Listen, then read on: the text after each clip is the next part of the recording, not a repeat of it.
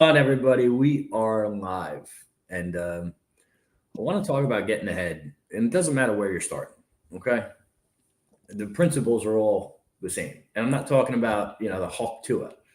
I'm talking about I'm talking about leveling up consistently and actually living a great and successful life. Oh boy. Um, and here's what brought it up. Um, Dedication and consistency are like obviously key. Everyone's always going to talk about, hey, are you dedicated to your mission? Are you consistent in taking actions and daily steps forward? Right. But here's the reality. The best operators I know are obsessed and obsessive, right? And they're not just obsessed about what they do, right? I'm not just obsessed about helping business owners grow. I'm obsessed about learning everything I can learn about growth, about discipline, about growing my company and helping other people grow their companies, right? And because I have that level of dedication, that level of obsession, the shit that I do to get further ahead than the average person isn't hard or isn't as hard as it normally would be. Let me give you an example. You know, getting a workout in the morning. All right. That's something that's going to boost your energy levels. Why does that matter when you're at work? Well, at work, you want to be able to produce a lot, right? You want to be able to help a lot of people. You want to have high levels of energy. I get my lift in the morning. Now, end of the day, I'm reading. I'm reading about skills that I want to continue to develop, whether it's influencing, whether it's copy, whether it's marketing. Being obsessed about that mission is what propels the growth forward, right? Dave, what are your thoughts on this? Because here's why. Like I just had somebody. I could tell when a team member isn't going to make it based on their level of obsession and enthusiasm for learning, right? You know when you bring on, because we just brought on 5 people. Awesome. Very, very, very, well, yeah, but like out of 5 people, if you keep 2 or 3, that's a win. You know what I mean? Mhm. That's just how hiring goes. And so you can tell when someone steps foot into your door on your team. Like, are they doing the extra stuff? Are they going the extra mile? Are they diving into it head first and trying to learn everything they can about what we do? And when they don't, it's very obvious and it's very easy to draw that line. Yeah, and I think everything even on an initial interview process, all things have to kind of align. You know what I mean? You have to Mhm. put that together. Hey, where do your standards lie? What are your core values as a person? Appearance is everything. And yeah, I'm sure somebody will say, "Hey man, that's superficial." But hey, are you in shape? Are you in good shape? And I'm not saying like Ronnie Coleman or anything like that, but do you take care of yourself? Are you 50 pounds overweight? That's a big deal. That's a telltale story for everything. And I don't care what anybody says. Oh, you're fat shaming, you're doing that. Well, it's not, because how did you get there? Okay. And that's just keeping it real. The No, facts. that we should. That is the truth. Same thing like when people come in an interview and they are not dressed up or not dressed to impress. Like that kills me, you know? Or it looks like they come to the office, looks like they rolled out of bed. Like, geez. No, I'm serious, man. People do that shit. That's crazy, Could man. you imagine that? You're starting somewhere and that's what you do? I feel like I sound like the grumpy old men, like back in my day, we'd never do that shit.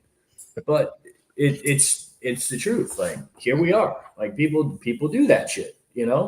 Yeah. Again, setting a standard and expectations, and going back to what you said too about bringing in 5 through will stay on. Yeah. As a leader and a business owner, I mean, another reality. It's that adage. Look, hire fast, fire faster.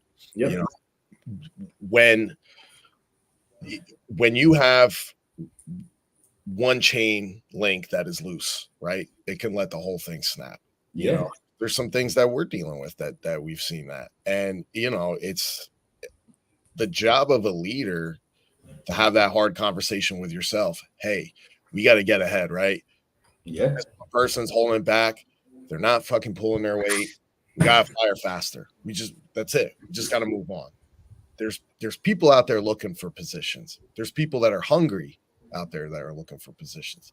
So you just got to, you want to get ahead, man. That's all about the right things. Now, something else that's important too. I've started for the last like year or so, like treating this like sports. It to me, it is a game. When I look at this as a football, right? I'm sure you probably look at it like hockey, right? When I look at it at football, and I've had these conversations with some of my coaches, right? They're a coach, right? I'm the quarterback. Give me the ball. I want to run that shit. Okay. If I got the right person in the right place, okay, you're in the right place. If you're the receiver over here or you're the salesman, right? This is how you're going to run your route. This is how you're going to run your phone call, right? Or sometimes on defense, if we get a pivot, right? You're coming in on a blitz, you see that guard pulling, okay, you get a sales call with somebody giving you an objection. How are you going to handle that? That guard's pulling, are you going to fill the gap or are you going to chase the guard down? That's if that client on there is feeling a little wishy-washy, how are you going to come back, right? You're going to go straight at him and be like, oh, buy my shit, close now, or how are you going to handle that objection? Are you going to sympathize, right? Are you going to empathize, right? Bring up some statistics. You know, it's how you approach that too. And it's no different, man. It's crazy how all this stuff correlates to sports. It's creating the habits. It's creating the discipline. Again, writing these tasks down, what you need to accomplish every day to get ahead and just execute over and over, whether you have a good day or a bad day. And I tell our guys this all the time. You're not going to have, you know, it's just inevitable. You're going to have some bad days. You might even have a bad week. Shit, you could have a bad month. Continue to execute on the task at hand. Okay. You roll a little snowball down the hill. Eventually, that shit's going to turn into a big ass snow boulder. It's no different. For sure. And like, here's the other thing too, getting ahead. It's like adapting habits that you know you're going to keep and develop. Right. So here's the thing. Like, there's nothing worse than people that pretend, because you're screwing it up for yourself first and foremost, right? I'm not perfect. I don't execute every day, but I know what I need to do to execute, and I execute damn near 95% of the time, right? Now, for me, a big jump is going from 95% to 96%. But if you're someone that's at, let's say, 40%, and you go to 45% or 50%, and then you figure out how to continuously raise that, get into 60 or 70, and make it so when you don't feel like doing shit, you have a higher probability of actually doing it because you've trained and you've developed that discipline that says, hey, I'm going to do this no matter what. I'm going to do a little bit every single day. And that's something you can use to trick yourself. If you can just say, hey, I'm going to start on this and just do a little bit. Doesn't matter how fast or how much I get done. I'm just going to start, right?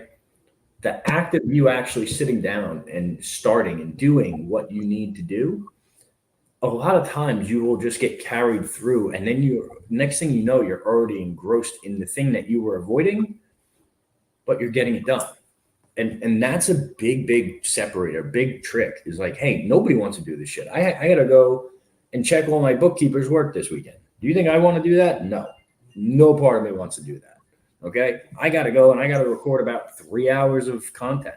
Do you think I want to do that on a Saturday or a Sunday when I could be hanging out with my kids? Absolutely not.